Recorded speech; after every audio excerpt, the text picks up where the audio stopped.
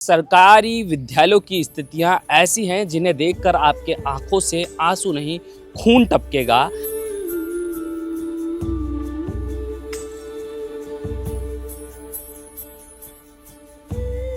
ऐसी स्थिति में आप लोगों को स्कूलों में जाने के लिए प्रतिबंधित करके, मीडिया कर्मियों को प्रतिबंधित करके या फिर जो सोशल मीडिया के द्वारा मुद्दे उठाते हैं उनको प्रतिबंधित करके कहीं ना कहीं गरीब के बच्चे के हक का निवाला छीनने का प्रयास कर रहे हैं।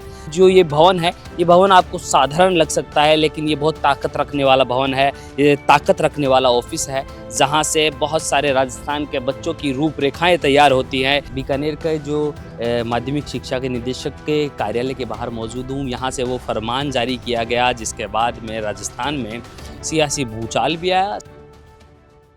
मैं फ़िलहाल उस जगह पे मौजूद हूँ जहाँ से फरमान जारी किया गया कि कोई भी बाहरी व्यक्ति या फिर कोई भी मीडिया कर्मी स्कूल में बिना परमिशन के जाकर फ़ोटो वीडियो नहीं बना सकेगा। मैं उसी ही जगह पे मौजूद हूँ। इसे कहा जाता है कार्यालय निदेशक माध्यमिक शिक्षा।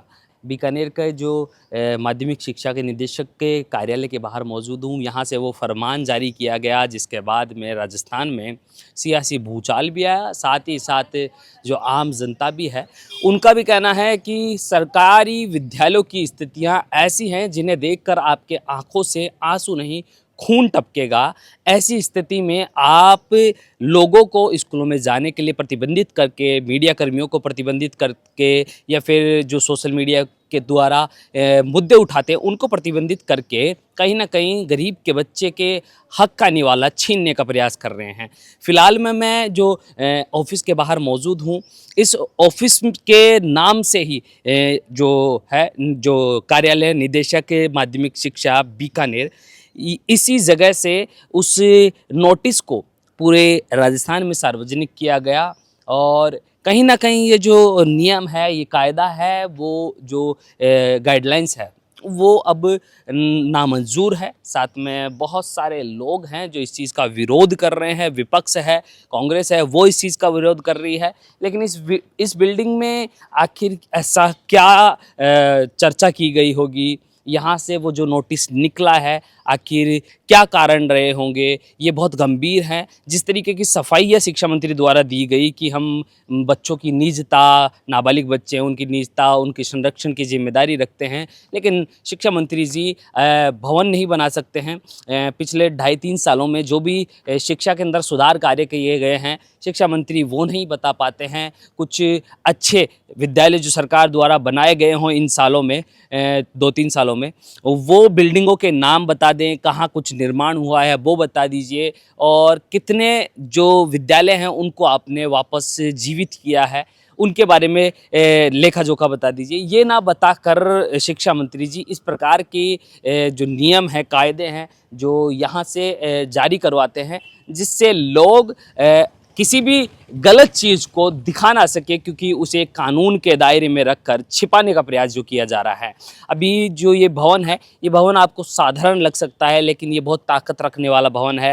ये ताकत रखने वाला ऑफिस है जहाँ से बहुत सारे राजस्थान के बच्चों की रूपरेखाएं तैयार होती हैं, जहाँ पर गरीब के बच्चों के लिए भी, उनके हकों के लिए, उनको आर्थिक रूप से शिक्षा के द्वारा मजबूत करने के लिए, उनके जीवन में बेहतरी लाने के लिए बहुत सारे नियम कायदे यहीं से निर्माण किए जाते हैं, यहीं से बनाए जाते हैं। ये वही भवन है जिसके द्वारा जो इंसान है वो इंसान बनता है शिक्षित होकर। नियम कायदे यहाँ से बनते हैं। बहुत सारे गरीबों की रूपरेखाएं बच्चों की यहीं से तय होती हैं। ये है निदेशक का कार्यालय जो कि माध्यमिक शिक्षा बीकानेर है। मैं फ़िलहाल बीकानेर में खड़ा होकर ये जो रिपोर्ट कर रहा हूँ, इसके पीछे बहुत सारी कहानियाँ हो सकती हैं, बहुत सारे दर्द हो सकते हैं, लेकिन हकीकत आज भी ये है कि राजस्थान के बहुत सारे इतने, जो बाड़मेर साइड में चले जाइए आप, और बाड़मेर ही नहीं है, आज आप जयपुर की राजधानी, जो अपने राजस्थान की राजधानी है, वहाँ पर भी अगर आप चले जाएंगे तो वहाँ पर भी आपको बहुत सारे सरकारी विद्यालयों के ऐसे हालात मिलेंगे